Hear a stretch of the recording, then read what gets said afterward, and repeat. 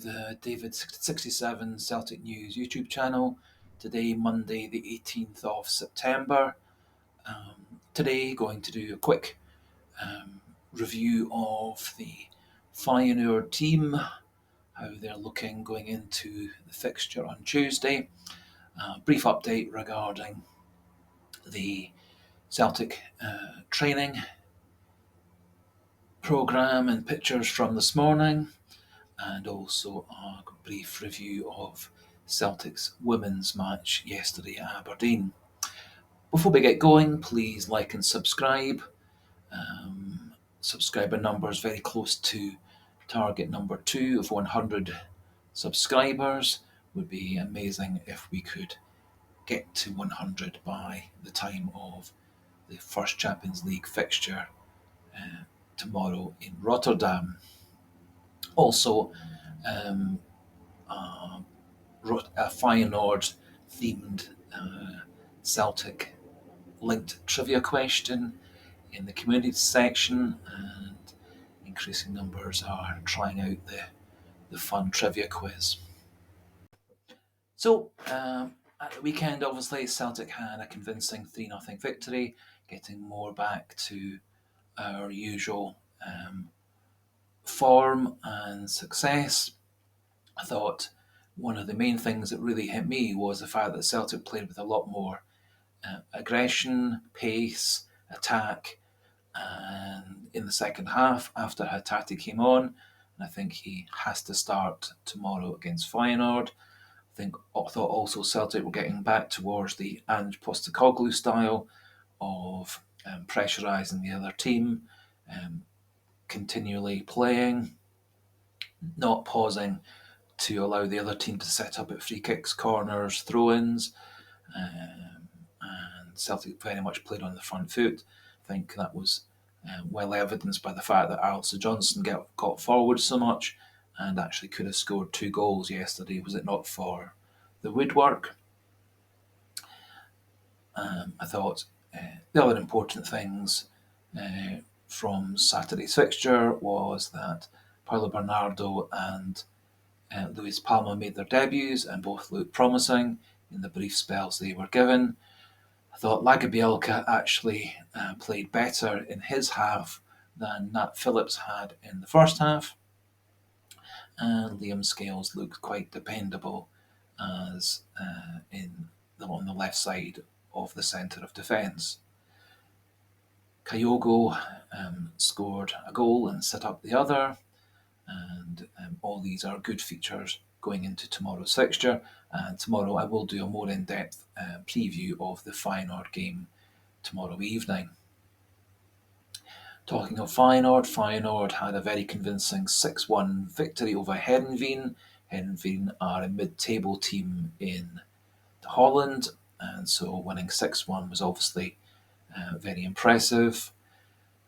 Also, Arne Slot, their manager, had completely changed the whole of their midfield and forward line from the game, and shows they do have quite significant in-depth for midfield and attack.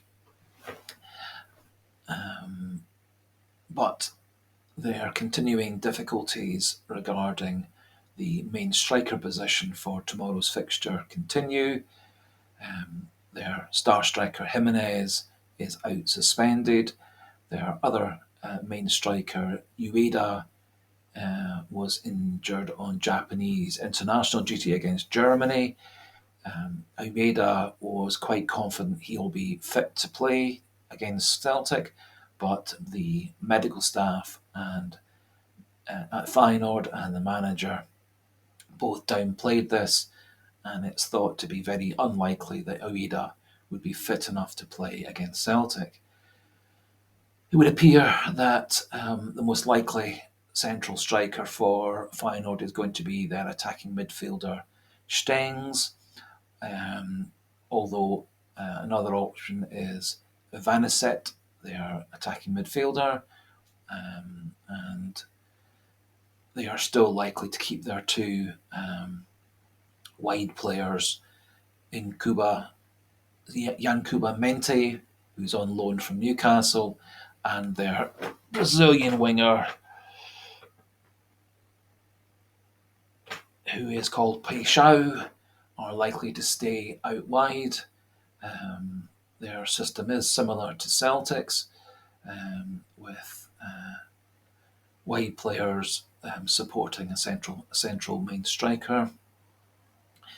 And Minteh apparently has been in very good form in the last couple of matches, and Celtic scouts felt that Minteh actually was their most dangerous player at the weekend.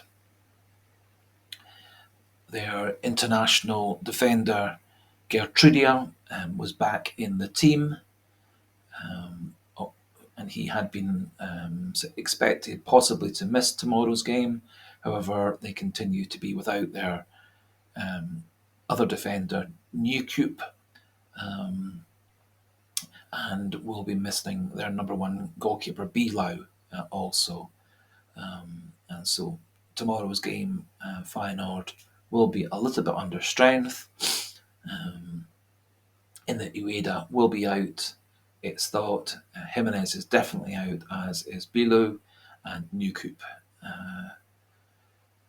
But Feyenoord do appear to have strength and depth, and have had 3 wins in a row, having drawn their first couple of matches in the Dutch top division, and remain in 4th place.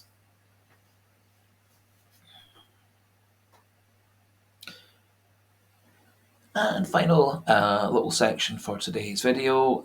Celtic's women went to play Aberdeen women yesterday in the Scottish Women's Premier League. The game was live on BBC Alba, coming from the Cove Bay Stadium just outside Aberdeen.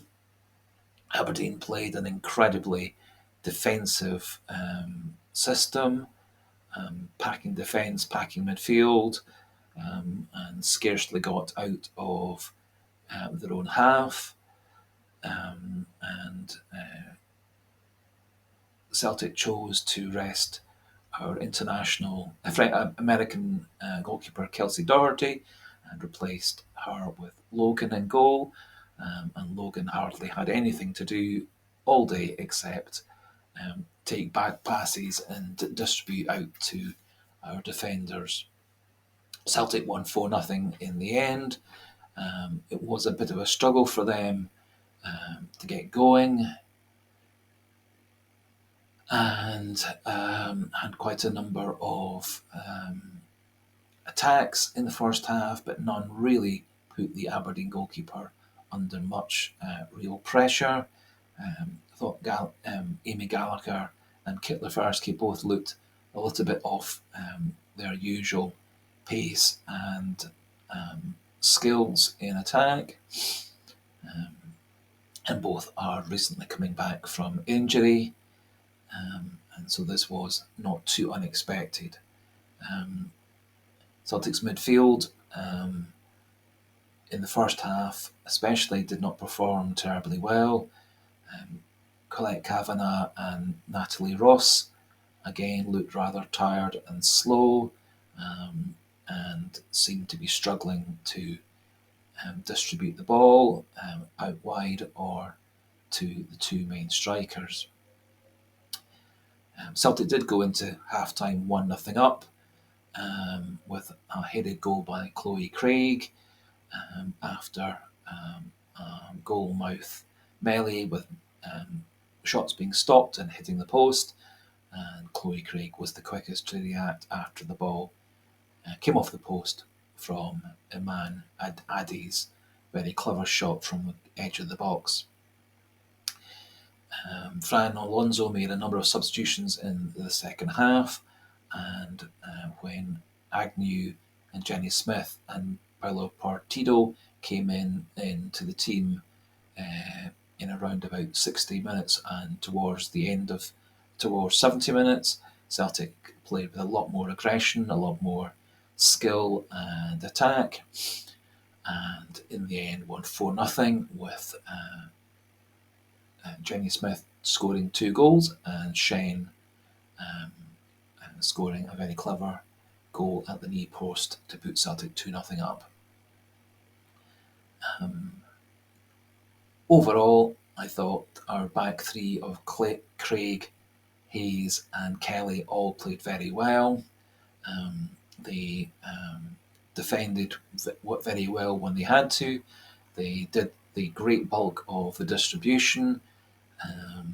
As I said, the middle three in Celtic's midfield seemed quite under par yesterday and seemed to really struggle to link play. However, Hayes, Craig, and Kelly are an excellent back three who show a lot of skill moving forward into midfield, and all three are a major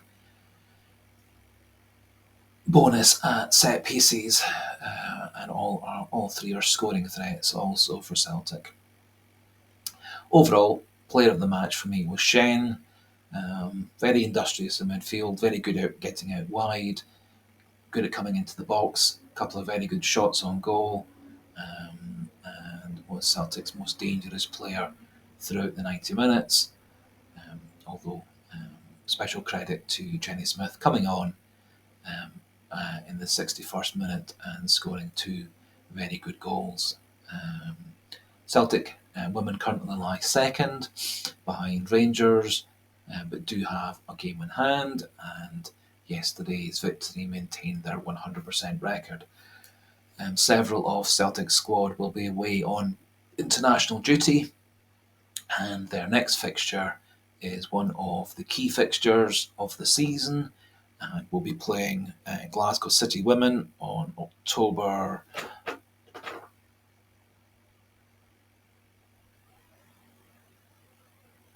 the 5th. And that game will be at the Excelsior Stadium, and so hopefully Celtic can send a big crowd to support them in what could well be one of the key fixtures of the season, as a win over Glasgow City would put Celtic 5 points clear of Glasgow City and put them back to the top of the table. One last piece of news: Celtic released some pictures of this morning's training session. Good news was that Nat Phillips and Kyogo, both of whom were slight injury concerns from the weekend, were training fully with the main squad and appeared to have no restrictions. In essence, all the players Celtic have to be fit for the Feyenoord fixture were fit and fully in training. Also, good news that both Marco Tilio and Mikey Johnson were participating fully in training, and their recoveries from injury appear to be very much on pace. Marco Tilio, of course, won't be available for the European fixtures, but could well be a very useful player to cover the wide positions and even to cover for Kyogo through the middle. Mikey Johnson is part of the European squad, although I would be quite surprised if he participates much in the European fixtures. But of course, there is there as a backup in case of injuries to players such as Yang, Luis Palma, and Maeda. It was, however, good to see both Kyogo and Nat Phillips fully training, as I do think Kyogo will be important tomorrow, and although he didn't look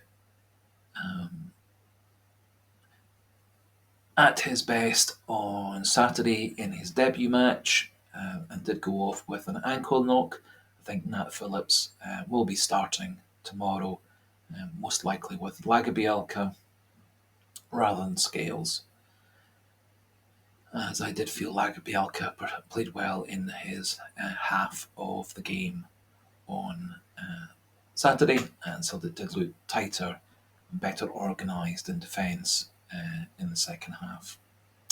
So that finishes things off for today. Please like and subscribe, completely free to click the subscribe button and like buttons. No obligation but it does power me towards target number 2 of 100 subscribers. Do have a wee go at the Celtic trivia question. Tomorrow we'll be doing a more in-depth version of Feyenoord preview. And so for now, goodbye and hail, hail. Yeah.